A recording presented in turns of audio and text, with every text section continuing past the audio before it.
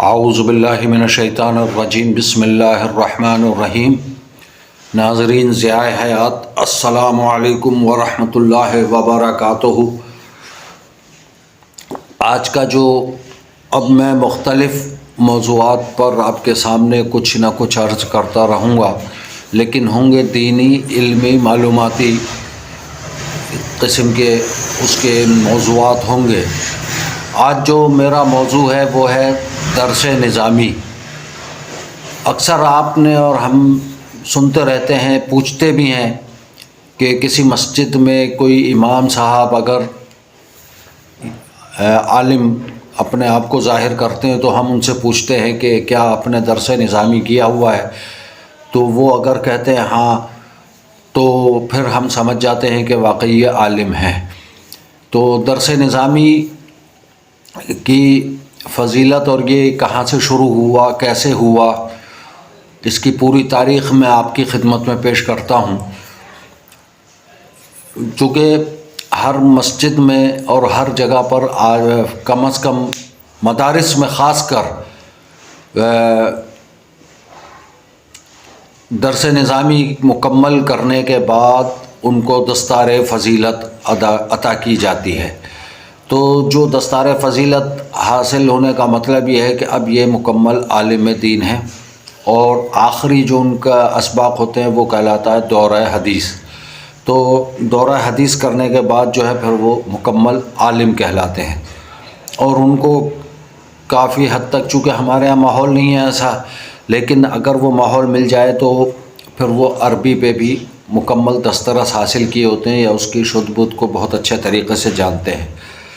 تو آئیے میں آپ کو بتاتا ہوں کہ درس نظامی دراصل جنوبی ایشیا کے دینی، علمی، تدریسی اور یہ تعلیمی جو نظام ہے اس میں یہ بہت مشہور اصطلاح ہے۔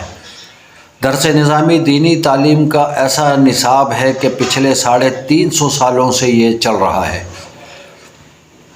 اور جس نے بھی دینی علوم حاصل کر کے دستار فضیلت باندھی ہے اس نصاب سے وہ ضرور فیض یاب ہوتا ہے، یا ہوا ہے یا ہو چکا ہے۔ درس نظامی علوم عربیہ و اسلامیہ کا جامع اور ہمہ گیر نصاب ہے۔ یہ اس کی جامعیت ہی کی دلیل ہے کہ 350 سال بیت چکے ہیں، مگر اب بھی یہی نصاب یا تو منوعاً یا پھر کچھ تبدیلیوں کے ساتھ جنوبی ایشیا کے ہزارہ مدارس و جامعات میں رائج اور یہ معیار فضیلت سمجھا جاتا ہے۔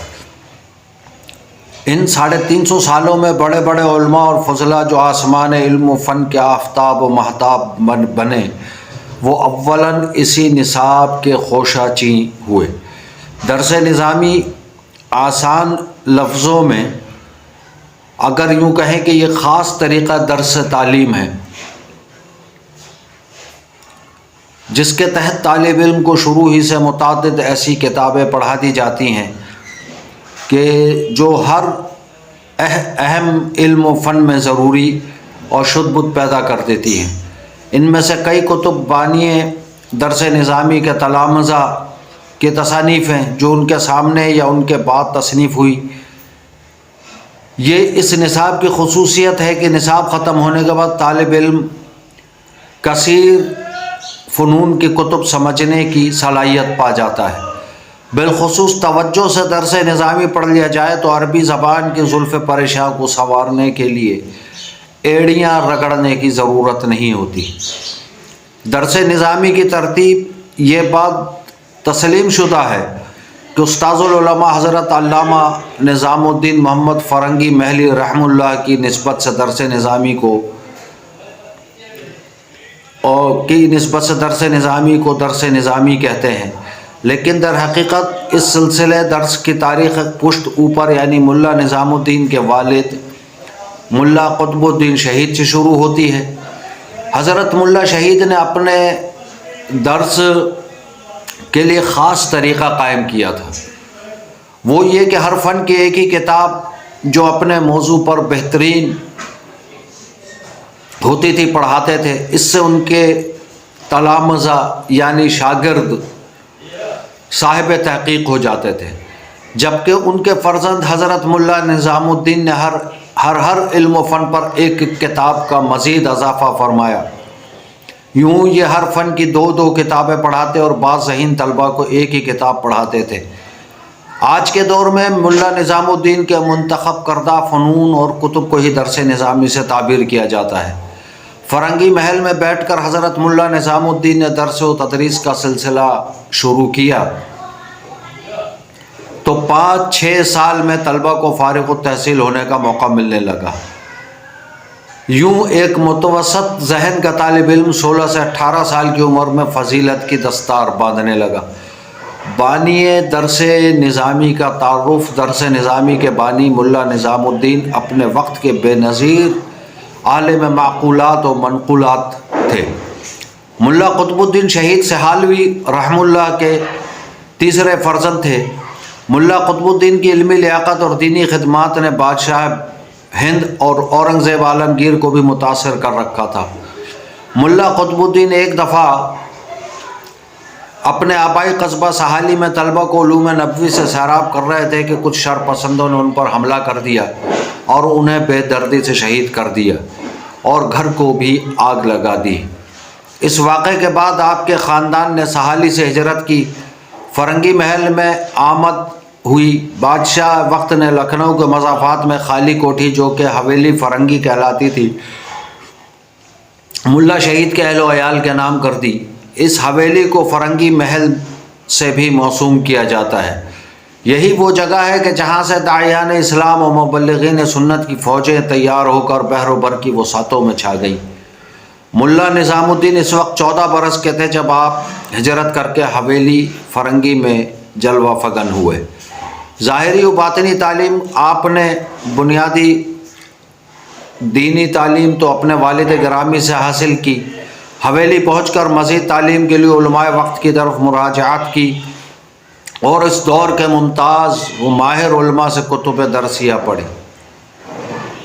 علوم نقلیہ اور عقلیہ سے فراغت کے بعد باطنی تعلیم کے حصول کے لیے سلسلہ عالیہ قادریہ کا عظیم پیشوا اور ولی کامل سید عبد الرزاق بانسوی رحمۃ اللہ علیہ کے دست اقدس پر شرف بیعت کی، منازل سلوک طے کی اور اعزاز خلافت سے بھی سرفراز ہوئے۔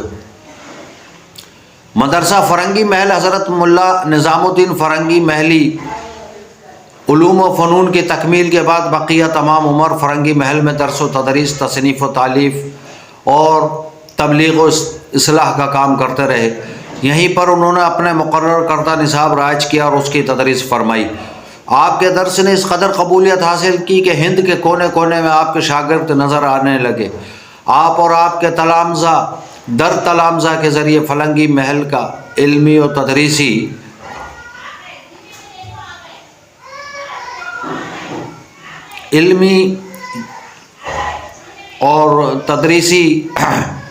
جو تھا سلسلہ تھا وہ ظاہر ہے کہ پڑھتا ہی رہا۔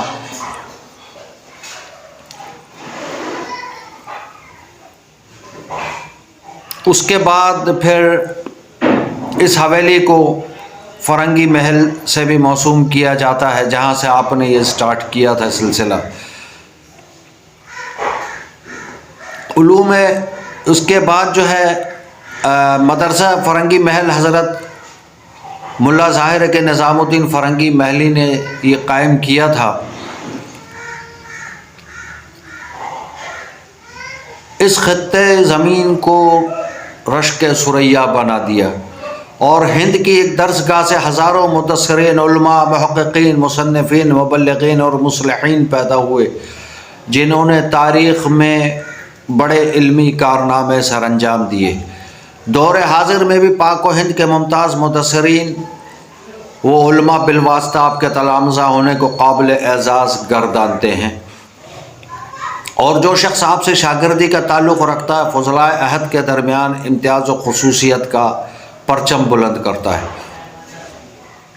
درس نظامی کے ابتدائی معمولات حضرت ملا نظام الدین رحمۃ اللہ علیہ نے تقریباً 11 فنون کی کتب اپنے نصاب میں شامل کی۔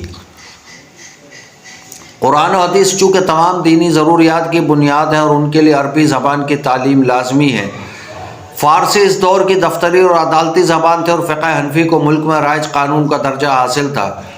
ان کے علاوہ فلسفہ حکمت، ہندسہ، منطق اور علم کلام سمیت دیگر کئی علوم و فنون بھی اس نصاب کا حصہ تھے۔ یوں یہ اس وقت کی دینی قومی ضروریات پر مشتمل جامع نصاب تھا۔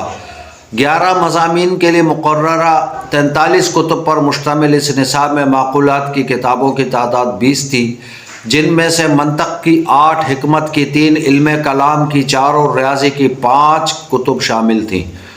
علوم لسانیات کی 14 کتابوں میں سے علم الصرف کی 7، علم النحو کی 5 اور بلاغت کی 2 کتابیں، جبکہ علوم عالیہ یعنی خالص دینی مضامین کی کل 9 کتابوں میں سے فقہ کی 2، اصول فقہ کی 4، تفسیر کی 2 اور حدیث کی 1 کتاب شامل رہی۔ مختلف ادوار میں مختلف علاقوں اور جامعات میں درس نظامی کے فنون اور کتابوں میں کچھ نہ کچھ فرق ہوتا رہا ہے۔ کہیں ایک فن کی کتابیں زیادہ شامل نصاب رہیں تو کہیں دوسرے فن کی۔ آپ کی جو ملا نظام الدین کی رحلت ہے، ان کی جو رحلت ہے وہ 9 جمادی الاولیٰ سن 1161 ہجری بمطابق 8 مئی 1748 میں اپنے رب کی بارگاہ میں ہوئی۔ اللہ پاک طرز نظامی کی بنیاد رکھنے والے اور اسے آگے بڑھانے والے علماء حق اہل سنت کی شان و عظمت بلند فرمائے اور ان کی کاوشوں کو قبول فرمائے۔ آمین بجا سید المرسلین صلی اللہ تعالی علیہ وآلہ وصحبہ وبارک وسلم۔ جزاکہم اللہ خیرا والسلام علیکم ورحمۃ اللہ وبرکاتہ۔